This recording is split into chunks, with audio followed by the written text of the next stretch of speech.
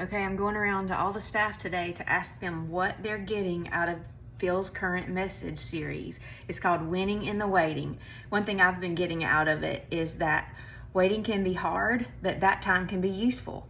We can use it to grow closer to God. We can use it to investigate where we need to serve.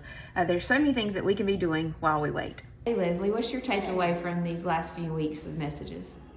My takeaway has been that waiting is not wasted, that we should be doing things in our waiting instead of just sitting around doing nothing. Hey Ryan, what are your takeaways from these messages? Well, yesterday I love the fact that Phil tied in that we serve because of the gospel. Because we've been saved by grace, we want to serve and take that to others. And second, I loved his challenge for people who may feel called to ministry. Thanks.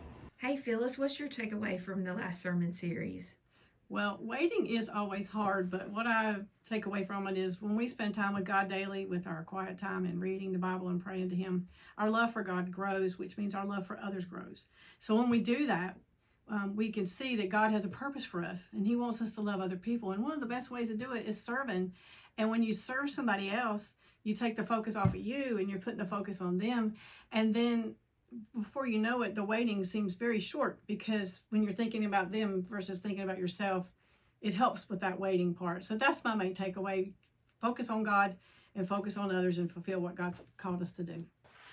Hey Nick, what do you think about the last series? Hey, what's going on? You know, one of the verses that God's put on my heart recently that kind of goes along with what Phil's been talking about is Psalm 84:11. It says, "No good thing will God withhold from those who walk uprightly." So I've been thinking about like how God is faithful, and if I do my part, He's always faithful to do His part. So when I don't, maybe life's hard or it seems like things aren't going my way, I know if I'll just keep trusting in Him and keep walking the right path, then He'll bless me in due time.